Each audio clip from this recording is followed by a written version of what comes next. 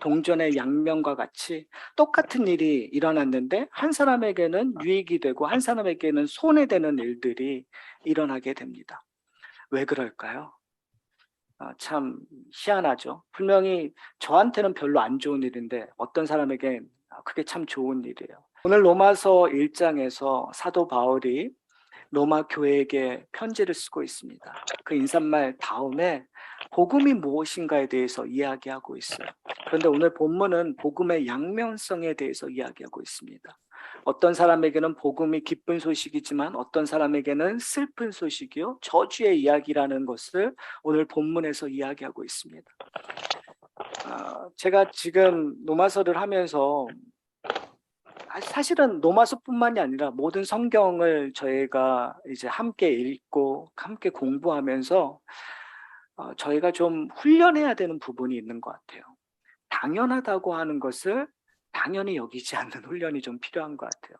특별히 신앙생활을 오래 하신 분들일수록 교회에서 우리가 당연하다고 들었고 익숙한 것들이 있거든요. 그런데 우리에게 익숙한 것이 그냥 거저 주어지는 것, 당연한 것처럼 여기면 안 된다는 거죠. 그러니까 복음이라는 것도 우리는 구원이라는 것도 우리는 너무나 당연하게 여겨요.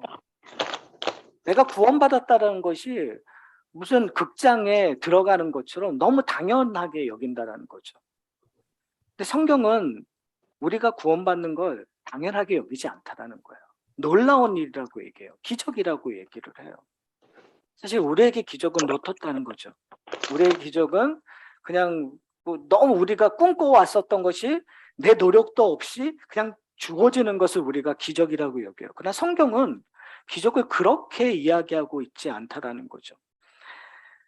제가 이번 주 중에 어떤 분한테 이런 질문을 받았어요.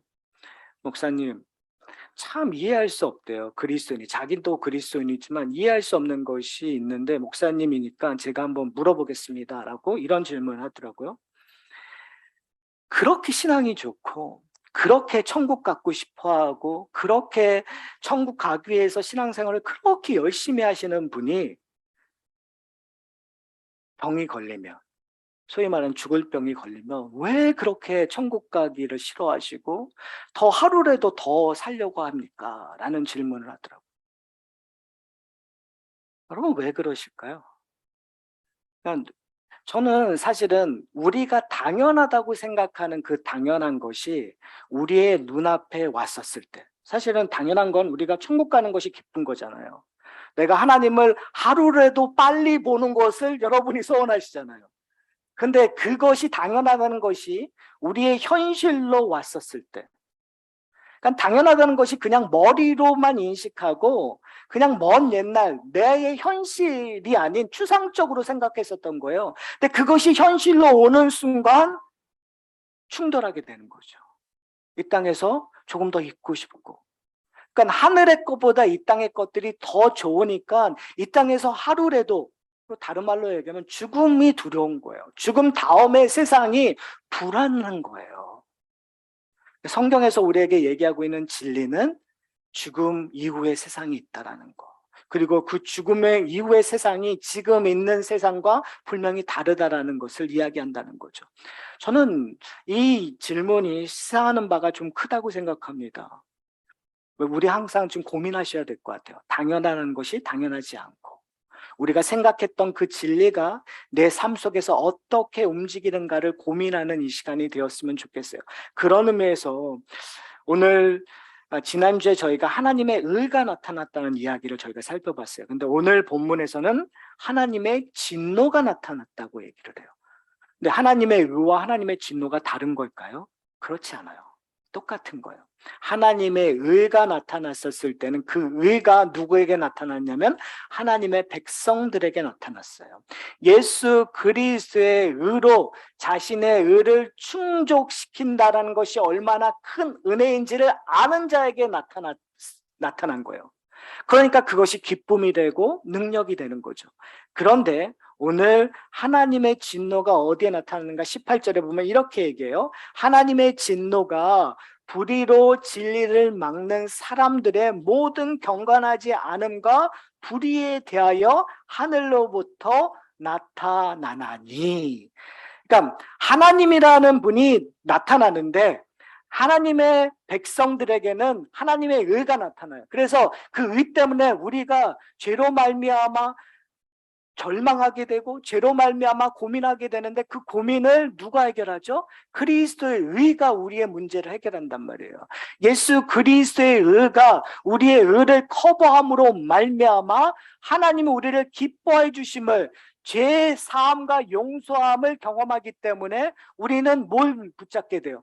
하나님의 사랑, 하나님의 선물, 하나님의 능력, 영생을 붙잡는 하나님의 백성이 되었어요. 그런데 하나님이 이 세상에 불의와 경건하지 않는 자들에게 나타나는 순간 그것이 뭐로 변하는 거예요? 진노로 변하는 거예요. 심판으로 변하는 거예요. 그날이 진노의 날이 되는 거죠. 그러니 그들은 두렵고 떨 수밖에 없는 상황이 돼버리는 거예요. 근데 문제는 뭐냐면 그들은 두렵고 떨지 않는다라는 게 문제예요.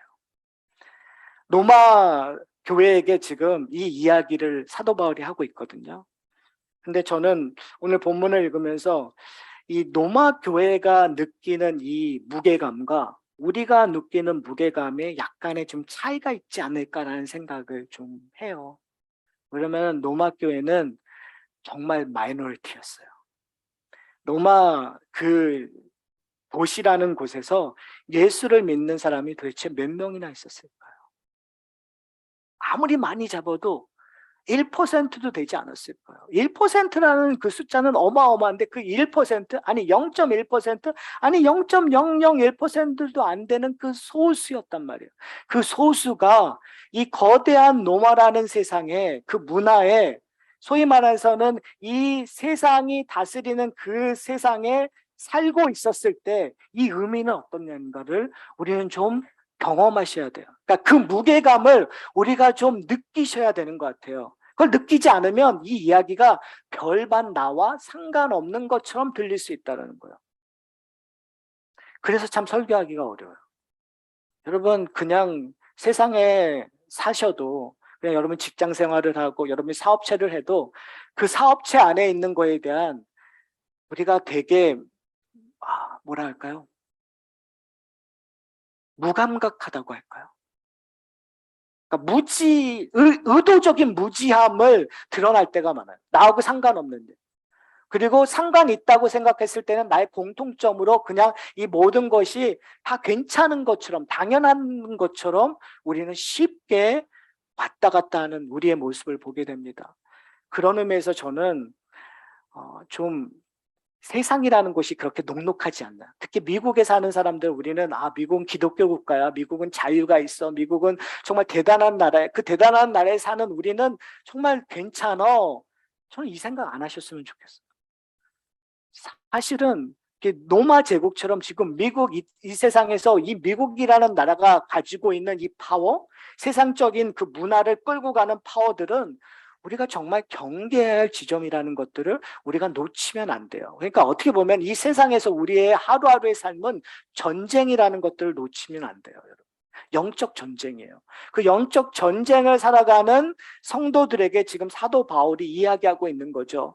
너희는 하나님의 의가 나타남으로 말미암아 은혜 받은 자인데 지금 너희 밖에 있는 사람들은 어떠한 상황에 처해 있는가? 바로 하나님의 진노에 처해 있다라는 거예요. 그들은 경건하지 않고 불의한 자이기 때문에 하나님의 진노가 그들 앞에 이제 나타날 거라는 것을 이야기해요. 이 말은 어떻게 보면은 되게 위로가 되기도 해요.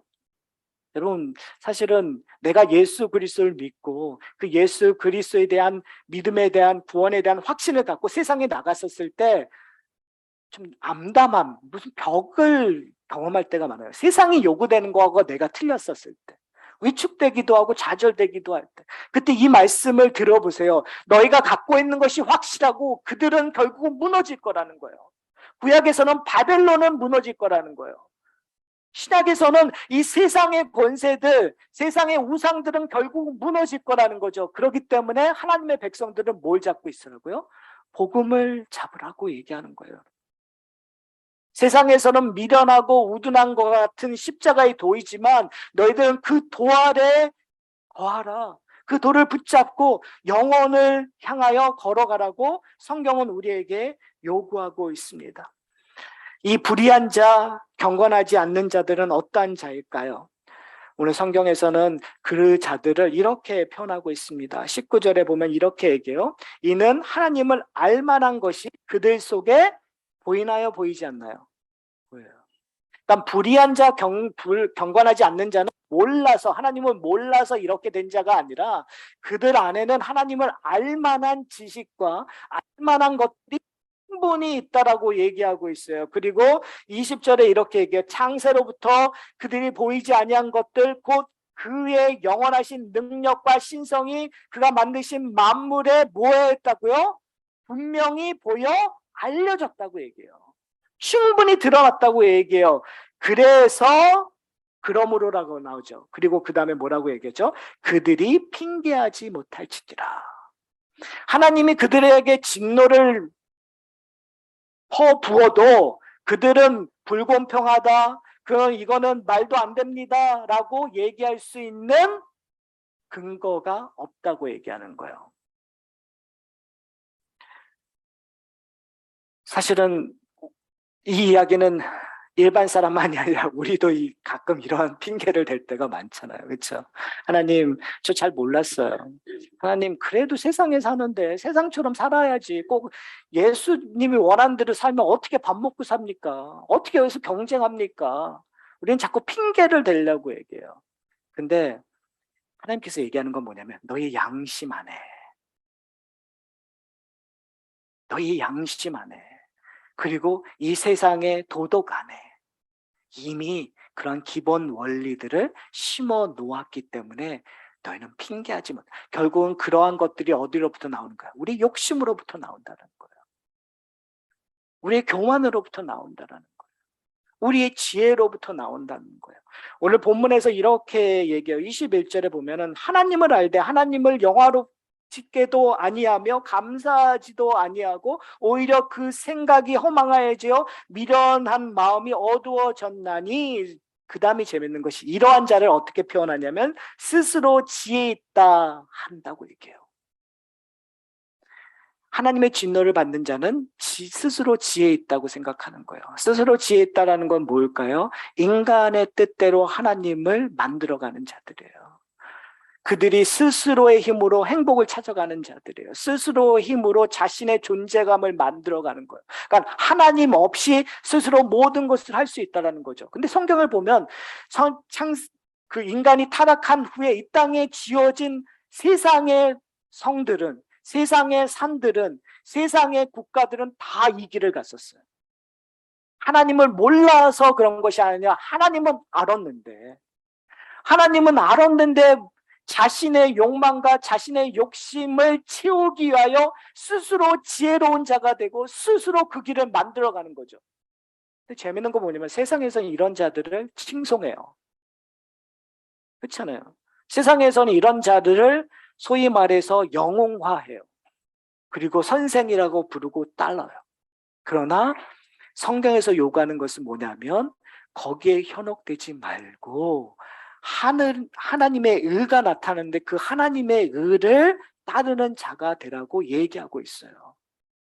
그런데 경건하지 못하고 불의한 자는 하나님의 의를 보고도 보지 못하는 것처럼 행동한다는 거죠. 이 하나님의 진노가 나타났다라는 그 말은요, 두 가지 의미가 있어요. 하나님의 진노가 한 번에 동시에 일어나는 현상. 그러니까 우리가 성경에서 하나님의 진노의 날, 여호와의 날이라는 이 표현이 쓰여져요. 그러니까 예를 들어서 소돔과 고모라의 불로 하나님이 심판하시는 그 순간, 그리고 이제 요한계시록에 나타나는 마지막 심판 때 하나님의 진노가 일어나는. 그러니까 막 뭔가 떨어지고 그리고 막 하나님의 그 심판을 몸으로 직접 경험하는 그 순간이 분명히 이 진노라는 표현이 쓰여지기도 해요. 제가 왜 우리의 신앙이 이렇게 느슨하고 우리의 신앙이 왜 이렇게 활력이 없나 제가 이렇게 생각을 해보니까 우리가 하나님의 진노를 경험하지 못해서 그래요. 여러분, 우리가 이제 이렇게 예배 시간에 졸고 하면 졸 때마다 번개가 팡팡 와가고 뭐 죽지는 않더라도 이렇게 쭈삑할 수 있는 일들이 오면 우리 예배 시간에 어떻게 하겠어요?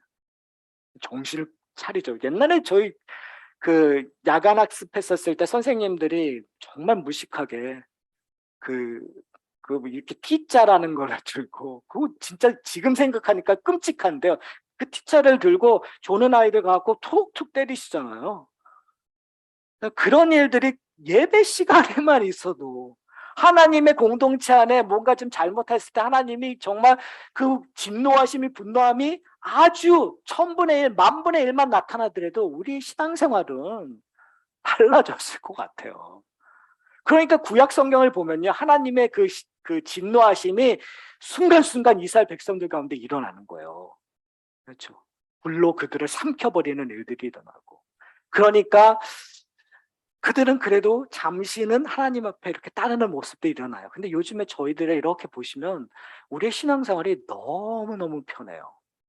근데 오늘 본문을 보면 그 편한다라는 것 자체가 우리에게 경각심이 되었으면 좋겠어요. 오늘 본문을 보시면은요, 아까 얘기했던 그 진노라는 것이 단번에 한순간에 임하는 것도 있지만 천천히 임하는 것들도 그 진노를 라는 단어를 사용해요. 그 대표적인 예가 노아의 홍수예요. 노아의 홍수, 노아의 방주를 120년 동안 짓는 동안에 하나님의 진노가 조금 하다가 그 방주가 다 만들어졌을 때 하늘과 땅이 터져서 물이 넘치는 일들이 일어나요. 하나님의 심판이 노아의 홍수로 나타나요. 그러니까 그 하나님의 진노가 조금씩 120년 동안 찼던 것처럼 어떻게 보면은 지금 마지막 종말 때까지 이 세상에 하나님의 진노가 조금씩 차고 있다라는 거죠. 하나님의 백성들 그 진노를 보는 자들이에요. 그 진노를 봤었을 때 우리는 우리의 행동이 틀려질 수 있다라는 거죠. 우리 자신의 모습을 보고 변화되는 삶도 있을 거고, 우리가 사랑하는 사람을 보고 그 진노가 임하는 것을 볼 때 우리의 마음이 그들을 향했을 때 태도가 완전히 달라지겠죠. 왜요? 잘못하면 그들이 하나님의 진노를 받아 영원히 죽는 곳으로 갈 수 있으니까.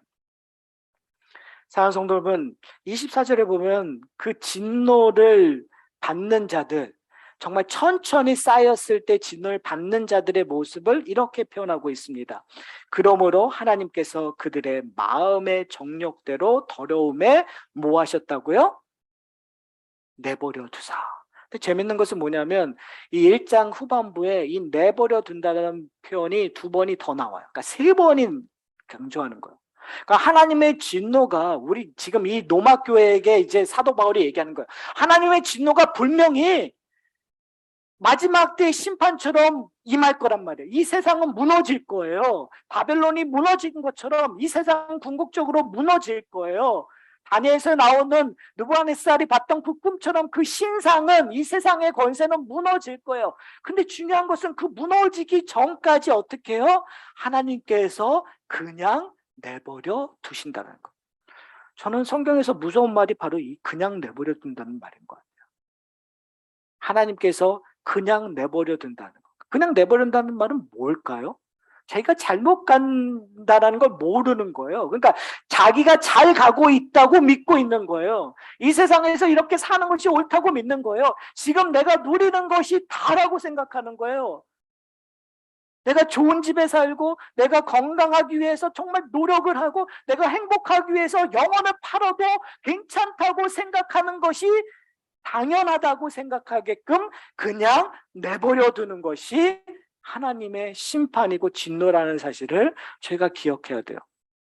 그러니까 왜 이야기를 하냐면요, 우리의 인생 속에서 하나님의 백성은요 그냥 내버려 두지 않더라는 거예요.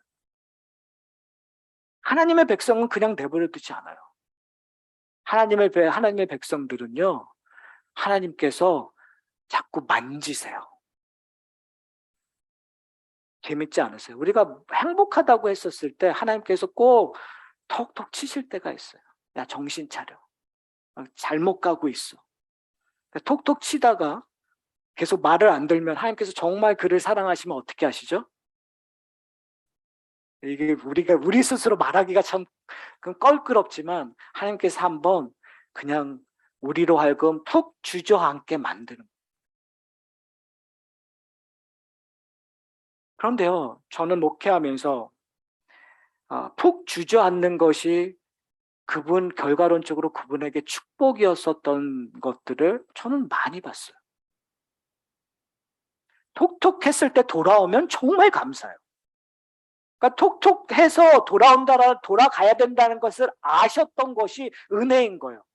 하나님의 그러니까 그래서 하나님의 말씀을 저희가 배워야 되고 성령의 인도하심을 따라야 된다는 것이, 여러분 오해하지 않으셨으면 좋겠어요. 예수를 믿는다라는 거, 하나님의 의를 우리가 하나님의 선물로 깨달는다는 것이, 한 번 깨달으면 정말 올바른 길로 끊임없이 간다라고 오해하지 않으셨으면 좋겠어요. 우리는요, 그걸 선물을 받고도 끊임없이 잘못된 길로 갈 수밖에 없어요. 그것이 아브라함의 인생 속에서, 이삭의 인생 속에서, 야곱의 인생 속에서 끊임없이 반복되었었던 거예요.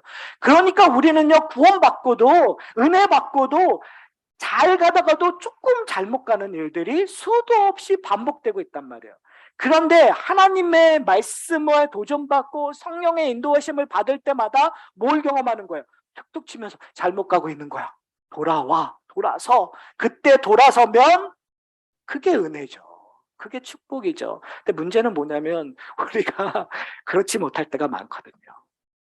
왜요? 눈에 보이는 게 더 좋으니까. 아까 제가 말씀드렸잖아요. 천국 가고 싶는데 왜 내 몸이 하면 하루라도 더 살려고 여기에서 정말 하나님 의지하기보다는 다른 거에 더 의지해서 연명을 할까? 그 질문에 우리가 정말 심각하게 고민해 봐야 된다니까요. 왜요? 이 땅의 것이 더 좋으니까. 툭툭 쳐도 이 땅에서 내가 좀 더 잘 먹고 잘 사는 것이 좋으니까. 이 땅에서 내 순간에 여러분, 죄가 뭔지 아세요?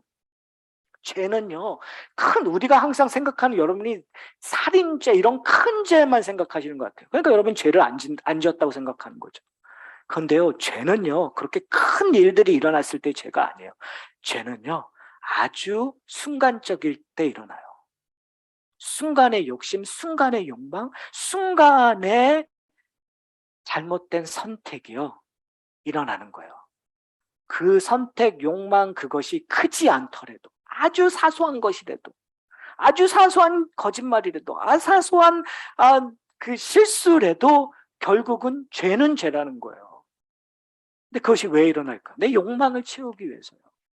그거는요, 여러분, 우리 모두가 그래요. 누구만 그렇다는 것이 아니라 인간으로 이 땅에 살아가는가, 우리가 모두가 그것을 경험할 수밖에 없어요. 그런데 하나님께서 그때 어떻게 하신다고요? 툭툭 치신다라는 거예요. 근데 하나님의 백성이 아닌 사람들은 그냥 내버려둬요.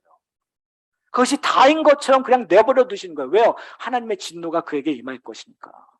근데 하나님의 백성은 그 길로 가면 안 되니까 툭툭 치는 거죠. 근데 툭툭 쳤는데도 말을 안 들면 어떡해요? 줄석 무너질 수밖에 없는. 그래서 어떤 고백이 나와요? 오늘 저희가 시편 6편을 읽었을 때도 그 고백이 나오잖아요. 내 사랑하는 아들을 죽음 앞에서 무너질 수밖에 없는. 여러분, 그리고 우리는 결국은 우리가 다라고 생각하는 것이 없어져야 우리는 출석 않고 무너진다니까요. 여러분 그렇지 않나요?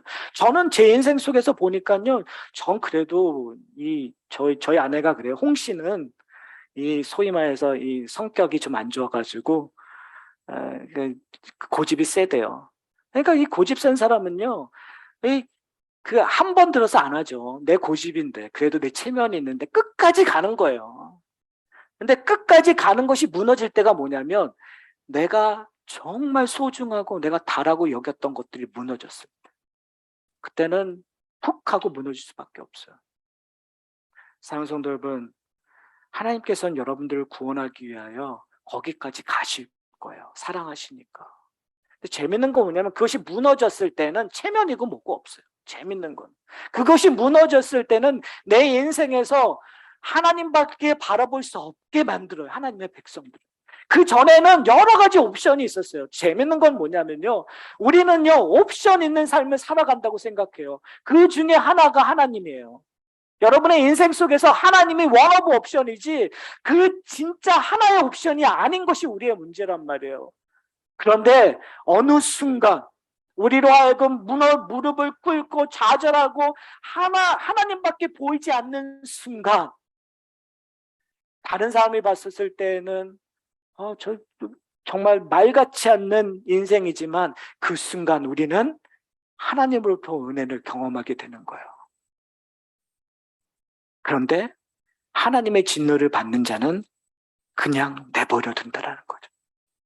그냥 내버려 둔다는 거예요. 어떻게 내버려 둔죠? 오늘 본문에 이렇게 얘기해요. 스스로 지혜 있는 자들이 하는 일들이 뭐냐면 23절에 보면은 썩어지지 아니하는 하나님의 영광을 썩어질 사람과 새와 짐승과 기어다니는 동물의 모양의 우상으로 바꾸었느니라. 그러니까 하나님을 대체하기 시작하는 거죠. 자기의 욕망을 얻고자.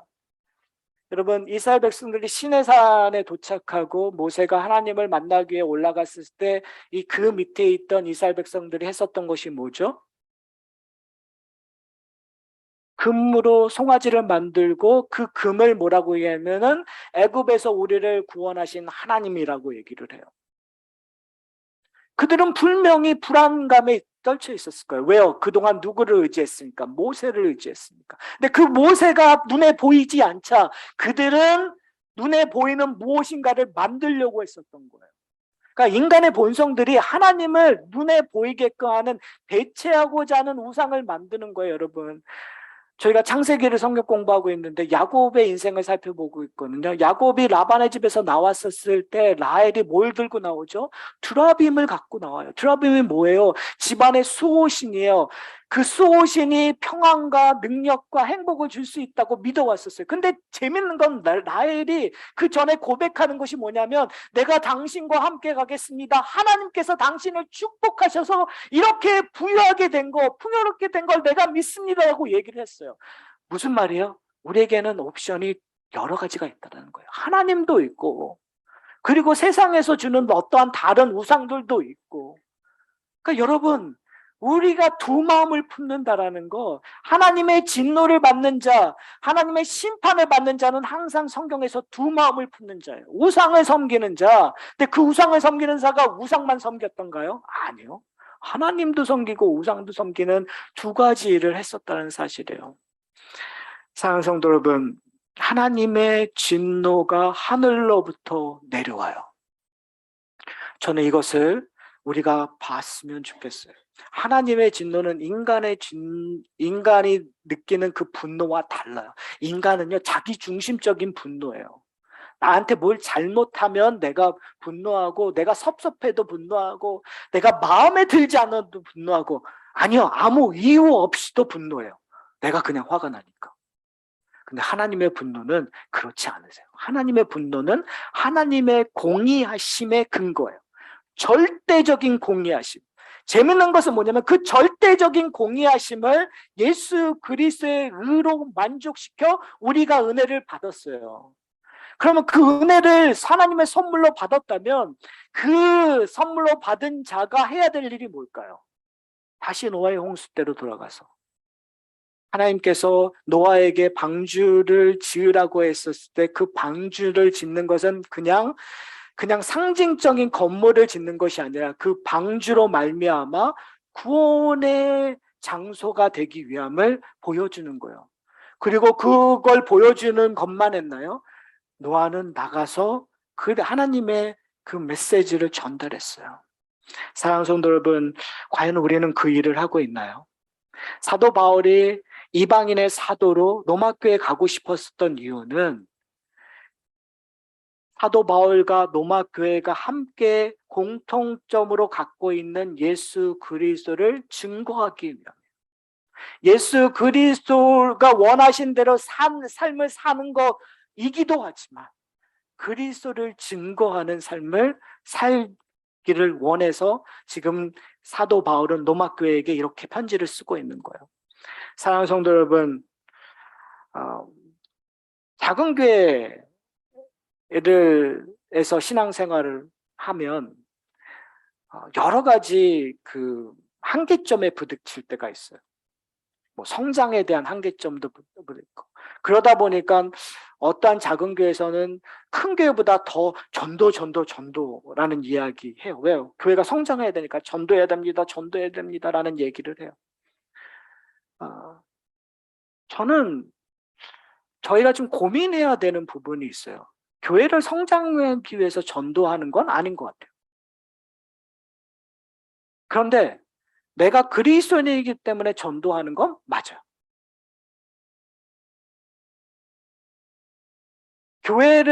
이 교회 자랑하기 위해서 막 성도들이 모여서 교제하고 뭐 서로 친해지고 이건 아니에요. 그러나 그리스도의 몸이기 때문에 함께 모여서 친교하고 삶을 나누는 건 맞아요.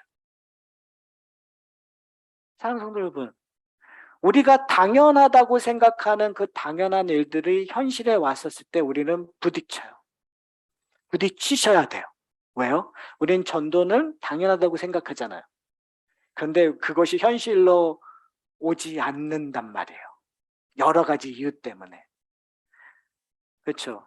전도할 사람이 없어요. 서부터 근데 이제 우리의 생각은 뭐냐? 전도할 사람이 없다는 말은 전도해서 우리 교회에 데리고 올 사람이 없어요라는 말이잖아요.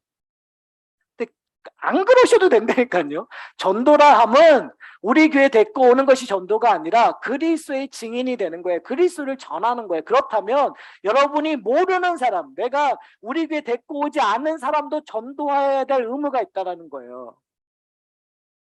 여러분 가게에 오는 사람들이 우리 교회에 데리고 올 수 있는 사람이 아무도 없어요. 그러나 그들에게 복음을 전해야 될 의무가 있는 거예요, 여러분.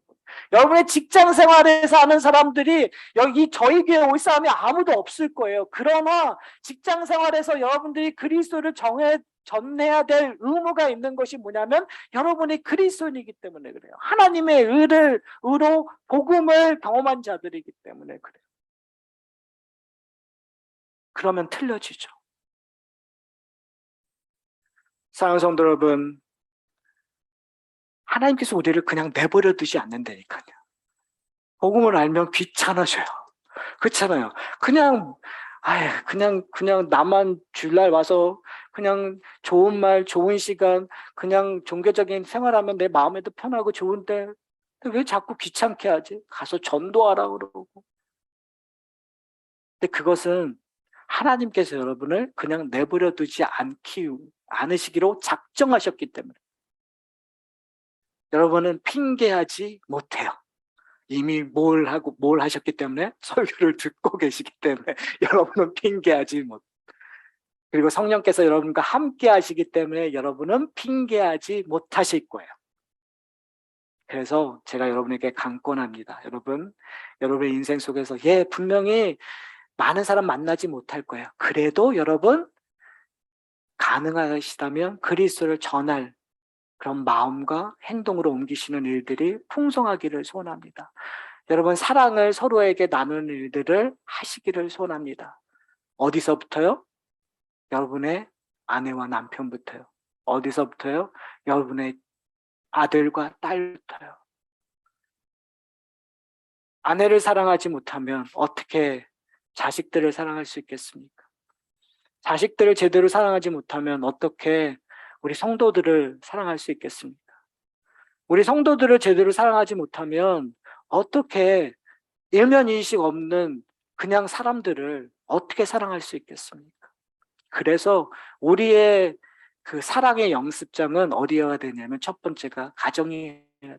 여러분의 가정에서 사랑하는 그 사랑의 표현은 뭐가 있을까요? 제가 가끔 놀라는 게 있어요. 한국의 좋은 전통이 뭐냐면 교회에서 하는 것이 아니라 이것은 부모님으로부터 자녀들에게 전달되는 저는 정말 좋은 전통이라고 생각해요. 저희 딸내미가 이제 주말에 몇 주 있다가 이제 가면서 저희 딸에게 이렇게 얘기해요. 엄마가 아침에 눈 뜨고 잠자기 전에 눈 감을 때 널 위해서 기도할 테니까 우리 함께 기도하자는 얘기를 해요. 그 말이 어떻게 나왔을까요? 저희 장모님이 저희 아내에게 했던 얘기예요. 근데 그것은 저희 어머님이 저에게 하는 거.